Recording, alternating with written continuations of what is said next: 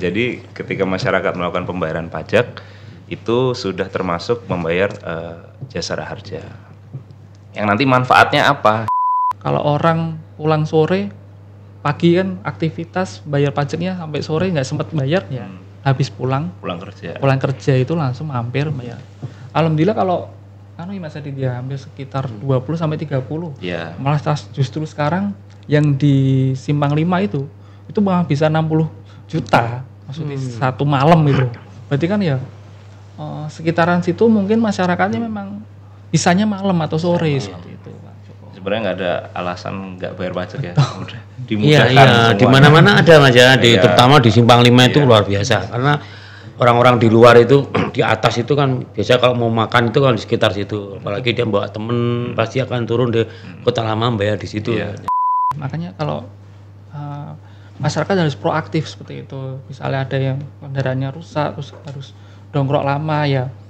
Alangkah baiknya Pak ya ke Samsat menanyakan seperti itu. Harus ada proaktif juga. Kalau nggak ada proaktif nanti kalau tiba-tiba tim dari kami dari jajaran kepolisian datang terus nanti sudah lama nunggaknya terus nanti kalau udah dihapus rekiden kan ya yang kasihan masyarakatnya sendiri seperti itu. Ada cara lain, ada aplikasi Nyusakpol kita. Aplikasinya Sakpol itu karena semuanya sudah praktis, ada bisa menyentuh Ka'bah. Alhamdulillah.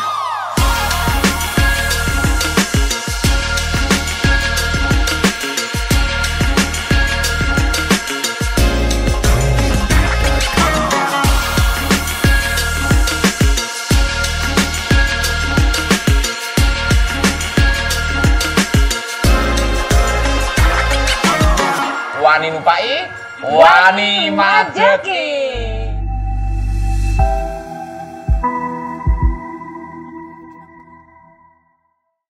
Halo, dulu Mas Ajat. Selamat datang kembali di episode terbaru dari Chips. Cara hebat informasikan pajak dan retribusi. Jumpa lagi dengan saya, Hari Joko. Dan kali ini ada yang baru. Chip punya segmen baru, Samsat Talk, di mana kita akan berbincang-bincang seputar layanan, kemudahan pajak kendaraan bermotor. Dan kali ini kita akan berbincang-bincang dengan Bapak Sena dan Pak Adit sebagai tim pembina Semarang 2. Selamat pagi Om Joko. Selamat pagi. Apa kabar Mas Sena, Mas Adit? Puasa Mas? Alhamdulillah sehat, puasa atau wajib. Ya banyak sekali Mas Sena dan Mas Adit. Mungkin Mas Sena dulu ya. Ya. Kita ingin ngobrol-ngobrol tentang wajib pajak di Semarang 2. Di Semarang 2 itu wilayahnya mana aja Mas? Semarang 2 itu meliputi 5 kecamatan Om. Jadi di Kecamatan Banyumanik, terus nanti ada Kecamatan Tembalang, terus nanti Gajah Mungkur, terus ada di Semarang Selatan dan satunya lagi apa Mas Adit? Semarang Tengah. Ya, betul ya itu Mas. Jadi meliputi itu di layanan kami memang ada titik-titik layanan Samkel juga di situ. Di tengah itu ada Samsat sama Gajah Mungkur. Biasanya kami melakukan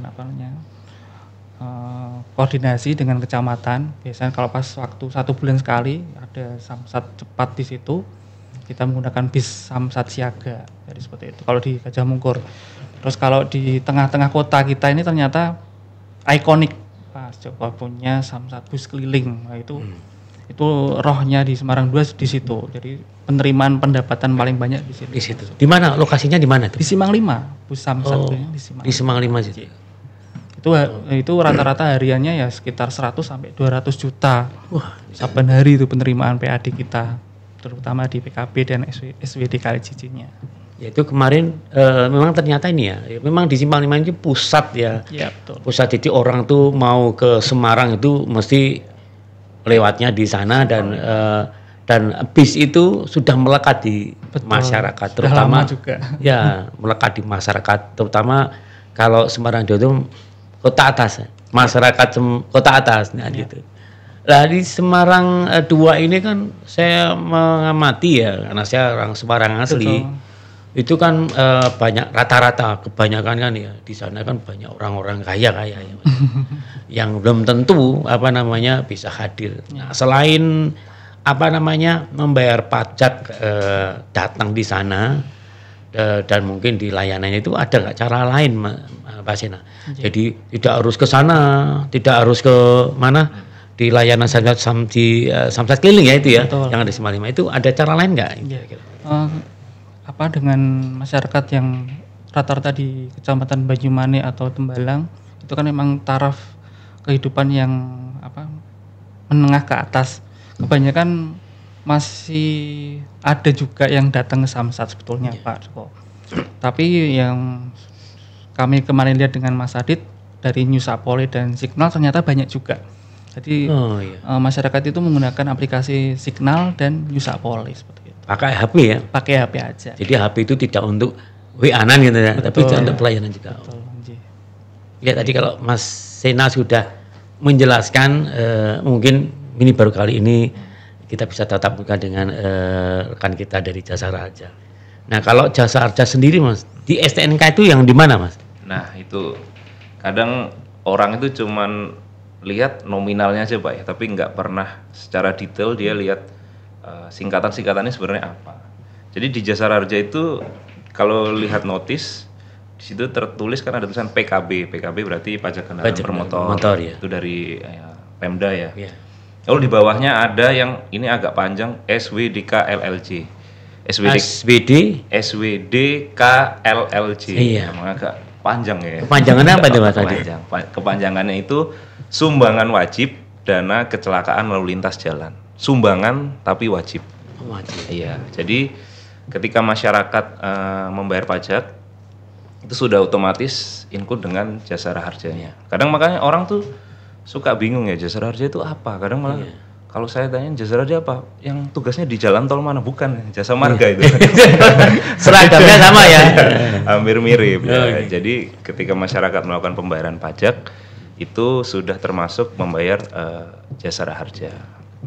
Yang nanti manfaatnya apa? Ya manfaatnya nanti ketika masyarakat mengalami kecelakaan lalu lintas, nanti bisa mendapatkan santunan dari jasara harja. Gitu Pak Joko. Jadi kalau ada kecelakaan itu otomatis ya. Kalau dia lapor ya berarti ya. Ya, jadi syarat utamanya kan laporan polisi ya Pak. Ya syarat utama untuk mendapatkan jasara harja itu yang penting nomor 1 kecelakaan dulu Pak. Kalau nggak kecelakaan nggak. Nggak bisa dapat. Jadi kecelakaan dulu. Tapi ini yang untuk masyarakat ya. Jadi tidak semua kecelakaan itu dijamin oleh jasara harja. Jadi kecelakaan yang dijamin jasara harja adalah yang bukan kecelakaan tunggal. Kecelakaan tunggal itu seperti apa?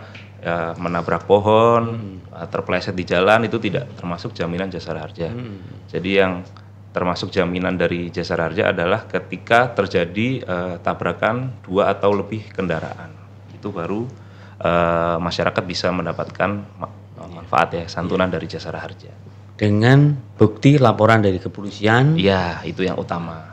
Nah, sekarang kalau kecelakaan itu kan ada yang ringan, artinya tabrakan kakinya lecet atau tabrakan patah atau tabrakan meninggal. Nah, itu mungkin saya kira masyarakat perlu tahu ya Mas, karena kan banyak yang nggak tahu ya, karena membayar pajak itu sudah termasuk jasa raja dan mendapat apa saja. Nah itu tingkatannya sekian untuk yang ringan dan sebagainya.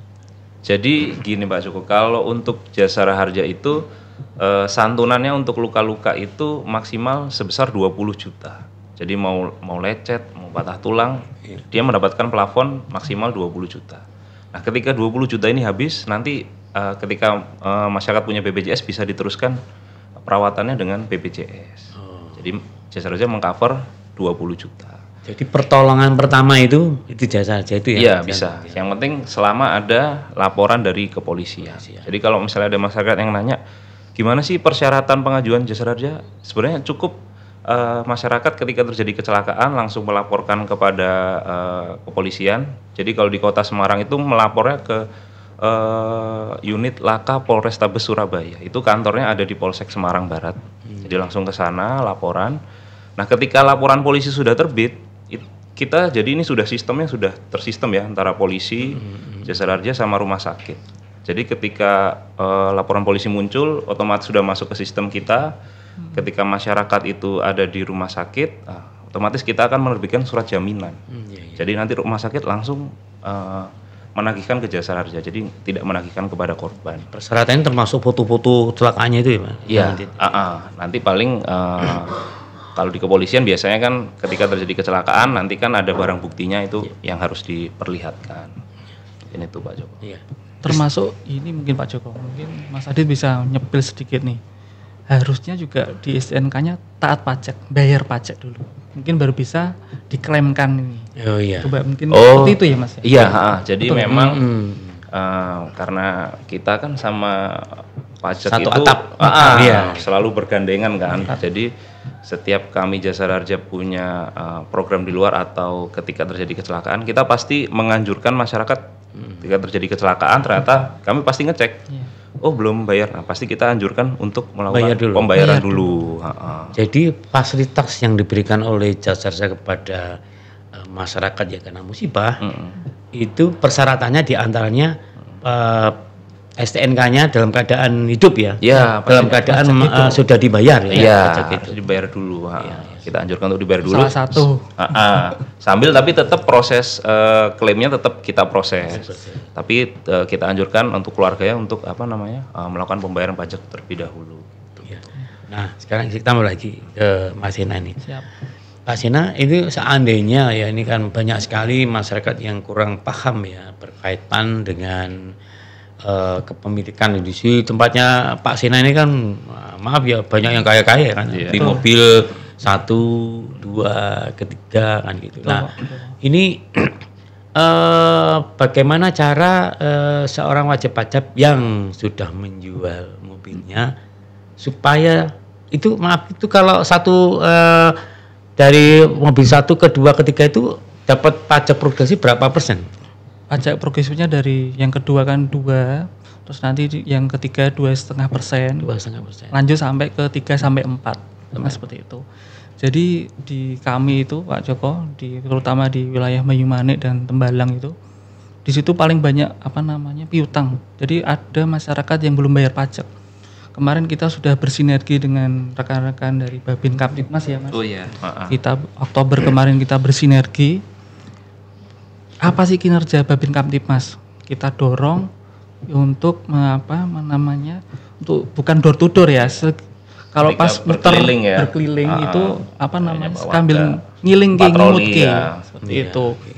Misalnya ada yang cuci mobil lah itu dia mendekati. Jadi di grup di forum Samsat kecamatan yaitu ada. Jadi pasti kita masih ada interinfo.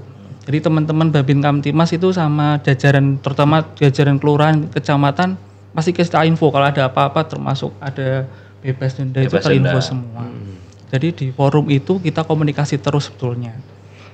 Dari demikian yang kebetulan Januari Februari ini kita capaian kita agak tinggi nih dibanding dengan tahun lalu 2% dan ada tambahan 3%. Nah itu kinerja dari teman-teman termasuk dari anggota tim pembina Samsat sendiri dengan dibantu dengan kecamatan, jajaran kecamatan, kelurahan dan Babin Kamtibmas. Ini menarik sekali ya, karena melibatkan aparat yaitu aparatnya. Iya. Jadi aparat itu sifatnya hanya mengingatkan ya. Betul. Jadi mengingat. Jadi ada misalkan kok ada kendaraan kok platnya habis, dia mengingatkan ini platnya udah habis. Iya. Malah kadang-kadang yang masyarakatnya nggak sempat, malah minta tolong Babin Kamtibmas ini. Oh begitu. Untuk apa? Jadi ya untuk bayarkan pajak. Pak gitu, jadi tolong. Oh gitu. Minta tolong, Pak saya nggak ada waktunya. Bapak sakit. Lah itu Babin Kamtibmas malah menolong. Membantu. Jadi kalau pas sore itu kami lihat, loh Om, lepas piket. Aku disuruh bayar ke ini punyanya bos. Bos siapa ya? Tetangga atau yang di wilayah. Jadi intinya itu panjang tangannya Bapenda ya, supaya membantu masyarakat. Ya, memang di masyarakat ini kan memang banyak yang mungkin kesibukan, Betul. mungkin ketidaktahuan, mungkin hal-hal yang sifatnya nggak sempat dan sebagainya. Memang perlu panjang tangan dari Bapenda, pihak ketiga dan pihak manapun seperti lewat RT, lewat RW itu untuk membantu supaya yang mempunyai kendaraan itu bayar pajak, karena mau nggak mau pajak kendaraan itu harus dibayar. Iya. Gitu. Yang menarik memang ini Pak Joko, kemarin sama-sama Mas Sena juga kemarin. Ya kita Samsat bertiga kan sama Polri juga. Memang kita bikin grup WA. Grup WA di 5 kecamatan itu kita punya grupnya, isinya itu tadi ada camat, seluruh lurah, terus sampai dengan Babin Kaptimasnya juga ada. Jadi ketika Samsat punya info, ini pembebasan denda, jadi kita share dan sama jajarannya, sama lurah itu langsung diterusin sampai tingkat RT RW. Oh, gitu. Jadi kelihatannya sepele tapi efeknya lumayan ini ya. Itu cara menginformasikan hal-hal yang berkaitan dengan pelayanan pajak ya, berkaitan dengan membantu masyarakat untuk sadar pajak gitu ya. Iya. Grupnya juga cukup interaktif Pak Joko. Jadi ketika ada, kadang kan orang nggak tahu ya cara ngurus ini seperti sebenarnya kan mudah, cuman mungkin karena belum familiar. Jadi interaktif dua arah, kadang nanya, "Mas, kalau ini gini gimana caranya?" gitu. Jadi ya cukup ini sih, cukup membantu juga untuk masyarakat gitu grup itu. Iya. Ya, jadi memang sangat bagus. Saya baru tahu ini kalau berkaitan dengan Bambimnas ya, Bambimnas ya, yang juga ikut berpartisipasi di dalam memberikan edukasi pada masyarakat. Barangkali masyarakat ada kesulitan, beliau juga ikut membantu supaya terutama di Semarang 2 itu pencapaian pajaknya bisa meningkat, karena kan itu kan saya yakin juga untuk kembali lagi ke masyarakat kan itu pajak itu. Nah, ini Mas Sena, kalau misalnya tadi saya bilang bahwa progresif. Nah, misalkan yang satu itu sudah dijual, otomatis kan bagaimana caranya nama saya tidak ada di data, itu caranya bagaimana? Ya, jadi wajib pajak atau masyarakat harus melaporkan ke kami di kantor induk, terutama di Samsat Serondol, itu dengan berkaitan dengan diblokir. Jadi kendaraan itu kalau yang sudah dijual harus diblokir. Supaya apa? Nanti kalau ada pun kecelakaan atau tindak penculikan atau ya tindak kejahatan. Itu kan yang jadi terdakwanya atau malah yang tertera di nama itu seperti itulah. Kami sebetulnya sudah masif ya sama teman-teman di jajaran Korlantas. Memang kalau sudah dijual ya langsung segera diblokir seperti itu Pak. Gitu. Ya. Jadi harus prosesnya mudah maksudnya. Itu cuma KTP aja sama masih inget identitas kendaraannya. Identitas kendaraannya. Gitu. Terutama nopolnya. Nah, sekarang kalau nopolnya lupa bisa dicari di tempat kami, bisa dicari bisa dibantu ya, bisa dibantu. Karena banyak sekali karena kebutuhan dan sebagainya sehingga motornya dijual. Sudah 5 tahun lupa. Terus dia lupa jejak dia mungkin yang juga jelas dan nggak membawa fotokopi kan mesti kan sudah hilang. Nggak mengira bahwa itu akan kena bisa ya, hanya nama saja nanti motornya apa, alamatnya kan mesti ada itu Mas. Nanti bisa ditanyakan di bagian supervisi kami. Iya. Di bagian supervisi kami, petugas kami ada Pak Eko dan Pak Agusan. Jadi nanti bisa di-search itu di situ di di layanan Samsat itu sebetulnya sudah ada. Ya, ini kembali ke Mas Adit berkaitan dengan jasa raja. Ya.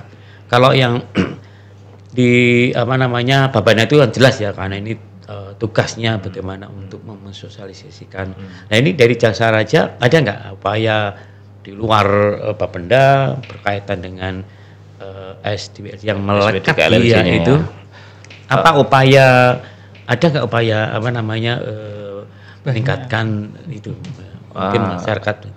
Banyak sih, yang utama pasti kita juga ikut berkolaborasi. Seperti beberapa bulan kemarin kita juga di Bapenda kan ada program door to door ya Mas. Kita juga ikut bantu door to doornya, beberapanya kita ikut bantu, terutama yang tunggakan besar. Lalu kita juga memasang, kemarin kita lagi uji coba, kemarin memasang himbauan kerjasama dengan Dishub Kota ya Mas? Dishub Kota. Di beberapa titik lampu merah yang strategis itu kita melakukan himbauan melalui voice ini, suara itu yang ada di setiap traffic light. Kita melakukan himbauan untuk melakukan pembayaran pajak dan juga taat untuk tertib berlalu lintas. Jadi karena Jasa Raja itu kan tupoksinya utamanya tentang lalu lintas. Jadi di setiap kegiatan kita, nah antara lalu lintas sama pajak ini kan melekat ya. Iya. Jadi setiap kita sosialisasi pun pasti kita sampaikan tentang pajaknya. Iya. Lalu kita juga beberapa kali ketika ini sebenarnya bukan razia ya, sosialisasi bersama Polrestabes juga kita pasti juga sampaikan tentang pajak-pajaknya gitu. Nah ini kaitannya dengan keterlambatan motor ya, ini kan kita terlambat gitu. Itu kan pasti kena denda. Itu pajak Jasa Raja juga denda juga. Sama. Persentasenya sama ya? Prosentasenya beda sih, beda. Beda ya. Iya, kita kalau untuk mobil tuh 1 sampai 3 bulan itu nominalnya 35.000 dendanya. Lalu 4 sampai 7 bulan itu 70.000. Nah, 7 sampai 12 itu dendanya 100.000. Nah, gitu ya. Jadi memang ini masyarakat ya harus benar-benar dipahami ya, karena kalau terlambat pasti akan kena denda, baik itu di PKB maupun di Jasa Raja. Nah, yang penting makanya masyarakat harus, jadi kalau bayar tuh ya harus tahu tuh PKB, terus SPDK LLJ apa, terus di bawahnya ada PNB ADM STNK itu kan, BPKB itu apa gitu. Jadi kalau bayar ya jangan cuma bayar aja. Jadi udah melaksanakan kewajibannya juga masyarakat wajib tahu juga haknya apa gitu, dapat ini gitu kan. Karena kan bisa masyarakat itu nggak melihat di SPDKJ-nya, kan nggak mau tahu lah, karena kan kecil tuh ya, kecil kan gitu, hanya berapa gitu kan, yang di pokok masalah mesti PKB. Ketika ada perubahan pajak kendaraan di masa lalu, terus sekarang ada kenaikan gitu. Nah ini kenaikan ini Mas, kenaikan berkaitan dengan kenaikan itu bagaimana cara untuk mensosialisasikan ke masyarakat bahwa kendaraan ini tidak seperti yang kemarin. Itu tetap disampaikan lewat media sosial atau cukup ditempel, misalkan saya pernah lihat di sampai itu ada tempel-tempelan informasi tentang kenaikan pajak. Kalau dari media sosial kita cuma mengimbau terkait dengan NJKB-nya aja. Itu kalau di biasanya kami di komputer kami di depan Samsat itu kan ada, kalau masyarakat bayarnya berapa toh? Seperti itu. Oh, bayarnya sekian, tinggal ketik aja berapa sekian. Pasti nanti muncul. Kalau nanti biasanya kalau ada kenaikan, otomatis masyarakat itu bertanya. Nah, petugas kami menyarankan, Pak, ini memang ada, misalnya ada kenaikannya kami hitungkan. Kenaikannya seperti ini. Ya dari NJKB itu, dari NJKB perkalian dari bobot sama dengan penjumlahnya, seperti itu Pak. Pak Joko. Itu ada ya, misalkan masyarakat yang ingin membayar barangkali ada waktu mau membayar ke Samsat 2. Tadi saya mau tanya sekarang. Selain di Semarang 2 yang di pelayanan di Serondol itu, dan juga ada di Samsat keliling itu di mana lagi, Mas? Tadi kan sudah saya sebutkan 2 ya, yang dari Samsat Siaga tadi di pom bensin Sampangan Menoreh. Ya, itu ada Samsat Siaga kami di situ, di pojok pom bensin. Dekat tugu apa? Enggak sampai tugu. Itu malah dekatnya dengan dulu Indomaret, sekarang malah jadinya Senamat. Kok malah tiru-tiru nama saya. Terus yang kedua di Busamkel di Simpang 5. Iya. Terus yang ketiganya di Samkel kami bagi 2 seminggu itu di Kecamatan Semarang Selatan dan pom bensin Undip. Nah, itu pom bensin Undip ya. Itu Samsat keliling kami yang kami bagi 2 yang itu jadwal pelayanannya. Selanjutnya ada gerai BPKB Pak Om Joko. Di mana? Di Lamper Tengah. Oh iya. Itu di sana kan ada progres pembayaran terkait dengan BPKB. PNBP-nya BPKB, nah itu kita diberi ruang satu gerai gitu di situ untuk melayani pembayaran 1 tahunan aja, seperti itu. Terus kalau malam kami ada samsat malam Pak Om Joko, dari kalau hari biasa di halaman samsat dan di Simpang 5 jam 5 sampai dengan jam 7 malam. Kalau yang nggak sempet ini ya, pajak siang ya. Betul. Jadi dulu pemarkasannya memang dari kita dulu sebetulnya. Kalau malam itu kan kalau orang pulang sore, pagi kan aktivitas bayar pajaknya sampai sore nggak sempat bayar ya. Habis pulang kerja itu langsung mampir bayar. Alhamdulillah kalau Mas Adi dia hampir sekitar 20 sampai 30. Iya. Malah justru sekarang yang di Simpang 5 itu malah bisa 60 juta maksudnya satu malam itu. Berarti kan ya sekitaran situ mungkin masyarakatnya memang bisanya malam atau sore seperti itu. Sebenarnya nggak ada alasan nggak bayar pajak ya. Udah dimudahkan. Iya, di mana-mana ada Mas ya, terutama di Simpang 5 itu luar biasa. Karena orang-orang di luar itu, di atas itu kan biasa kalau mau makan itu kan di sekitar situ. Apalagi dia bawa temen pasti akan turun di Kota Lama bayar di situ. Nah itu kalau persentase tinggi bayar pajaknya itu di paling tertinggi tadi di Simpang 5 itu ya? Iya, kalau di Samkel itu mungkin paling tinggi itu. Kalau se-Jawa Tengah pun juga paling tinggi mungkin itu ya. Samkel yang nyai hampir 200. Kemarin yang Senin Selasa libur itu hari Rabu hampir 200 juta. Begitu ya? Iya, itu 200 juta itu mungkin bisa sampai hampir dengan Salatiga mungkin ya. Satu Samkel tapi bisa menoreh penerima sampai 200 juta. Berarti antusias masyarakat itu cukup tinggi untuk bayar pajak. Karena memang di daerah situ tuh memang masih wilayahnya Semarang 1 Mas ya? Iya itu Semarang 2. Cuma kan mungkin ada wajib pajak yang dari rumahnya yang di Ngalian ataupun mana di Geno, itu kan kerjanya kan masih di tengah-tengah. Ya mungkin kalau siang atau sore biayanya di situ Jokowi. Jadi kita nggak menutup kemungkinan kita kan semua online, jadi bayar dimanapun bisa ya. Dan itu tempat paling sangat strategis sekali. Orang kemana mesti lewat Simpang 5. Sekarang di situ apalagi buka sampai jam 7 ya Pak. Iya, bahkan CFD aja juga kita CFD buka. Oh iya, jam Minggu pagi ya. Minggu pagi. Oh iya. Minggu pagi juga buka. Jadi itu banyak juga yang pajak di situ. Rata-rata. Pagi jam berapa sampai jam berapa tuh? Kalau Minggu itu jam 6:15 sampai jam 9. Jam 6:15 sampai jam 9. Minggu ya. Di Semarang 2 untuk Car Free Day hanya itu ya? Iya. Di mana tadi? Di Undip enggak ada Car Free Day ya? Enggak ada. Jadi itu masyarakat kalau olahraga sekaligus bayar dengan syarat buat KTP ya. Iya. Buat KTP. Tahunan aja KTP sama SNK. Notis pajak. Iya. Ya memang sangat mudah ya artinya untuk bayar pajak di masyarakat. Mana yang sulit nggak ada ya. Mau bayar di atas bisa, di bawah bisa, online bisa. Online bisa. Nah, apalagi ini sekarang kalau pas lagi musim hujan kayak gini kan orang malas ya mau keluar. Nanti kalau ada musibah dan sebagainya dan kesehatan juga lewat di online bisa ya. Nah, sekarang kalau misalkan berkaitan dengan pajak kendaraan yang sudah lewat ya. Jadi kalau sudah 5 tahun itu berarti enggak bisa ya di Simpang 5 enggak bisa, Pak. Enggak bisa syarat 5 tahunan itu harus cek fisik pun.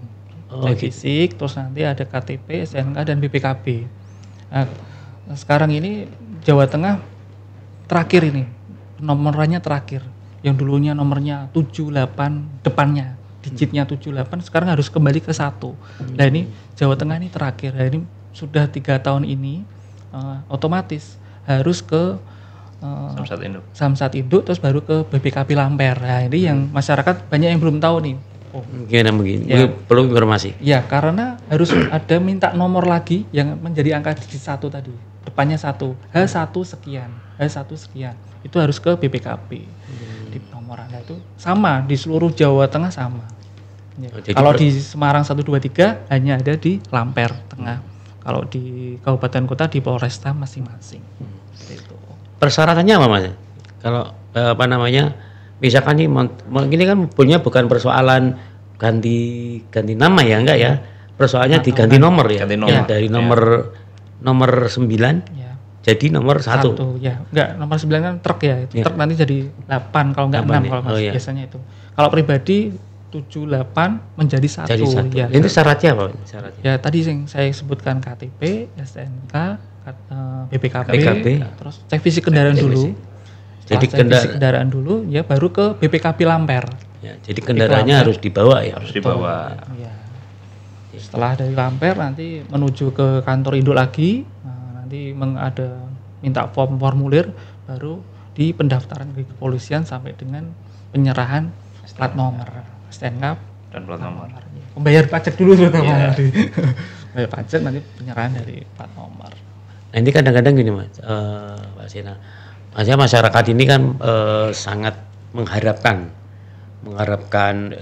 semacam ada keringanan, semacam ada sesuatu yang membuat wajib pajak ini bergairah kembali, karena persoalan-persoalan kendaraan itu kan bisa juga masalah STN mesinnya rusak, nggak dapat spare partnya, atau dia itu motornya dipakai untuk dia dapat proyek kerjaan yang 4-5 tahun di luar daerah, kendaraan dibawa. Nah itu kalau misalkan dia kembali, nah itu untuk mengurus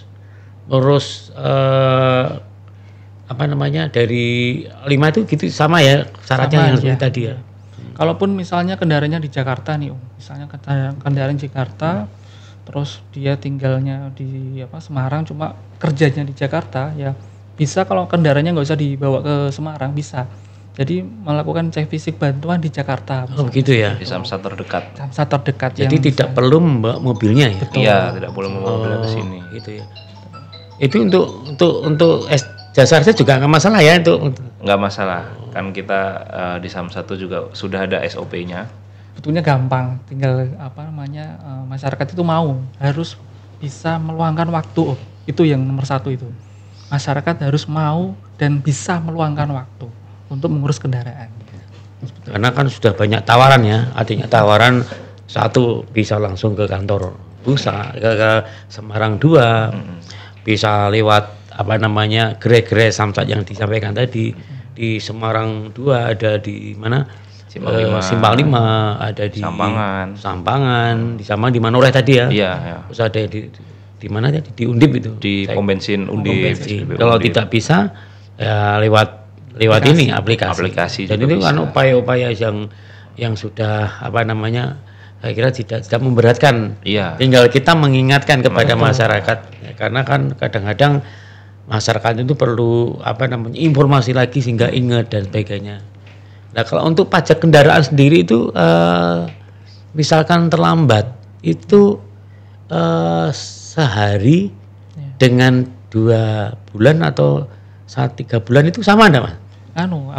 Dendanya ya? Iya, dendanya 1 bulannya 2%.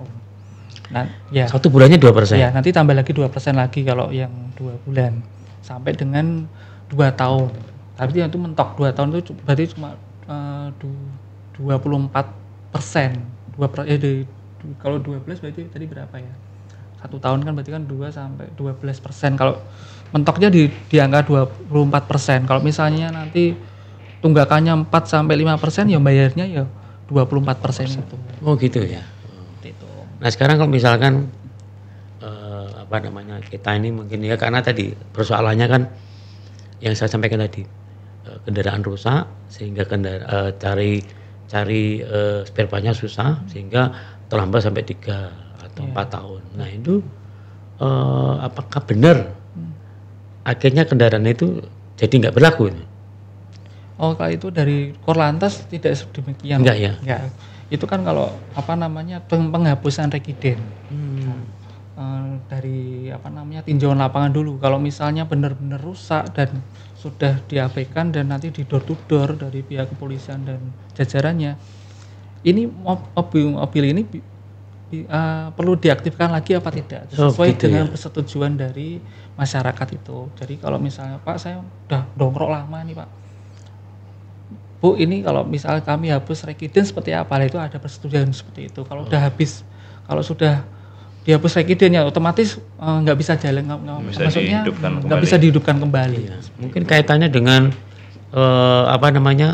kebetulan mencari alamatnya itu susah, itu mungkin gitu ya, tidak ada jalinan komunikasi antara pihak dari polisian dan dari wajib pajak. Ya, makanya kalau masyarakat harus proaktif seperti itu. Misalnya ada yang kendaraannya rusak terus harus dongkrok lama, ya alangkah baiknya Pak ya ke Samsat menanyakan seperti itu. Harus ada proaktif juga. Kalau nggak ada proaktif, nanti kalau tiba-tiba tim dari kami, dari jajaran kepolisian datang terus nanti sudah lama nunggaknya, terus nanti kalau udah dihapus rekiden kan ya yang kasihan masyarakatnya sendiri, seperti itu Pak.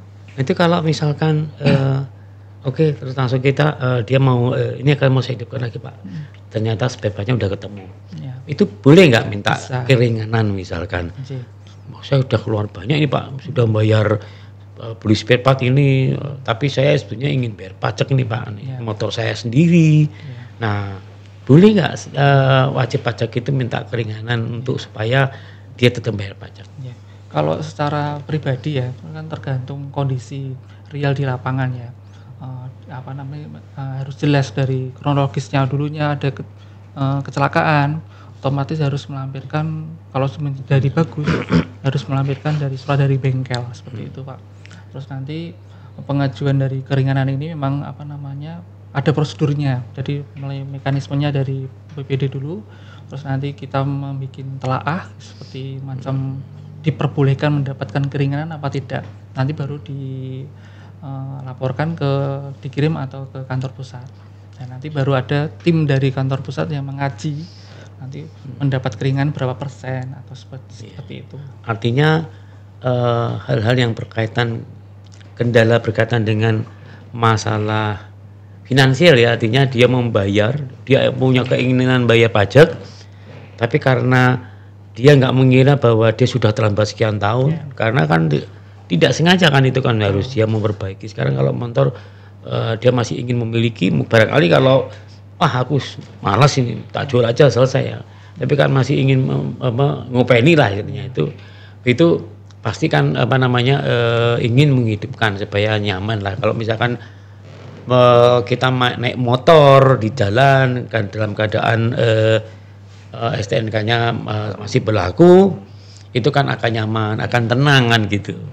Itu, dan kita nggak pakai naik jalan yang bagus. Betul Pak. Dan sekarang udah bayar pajak.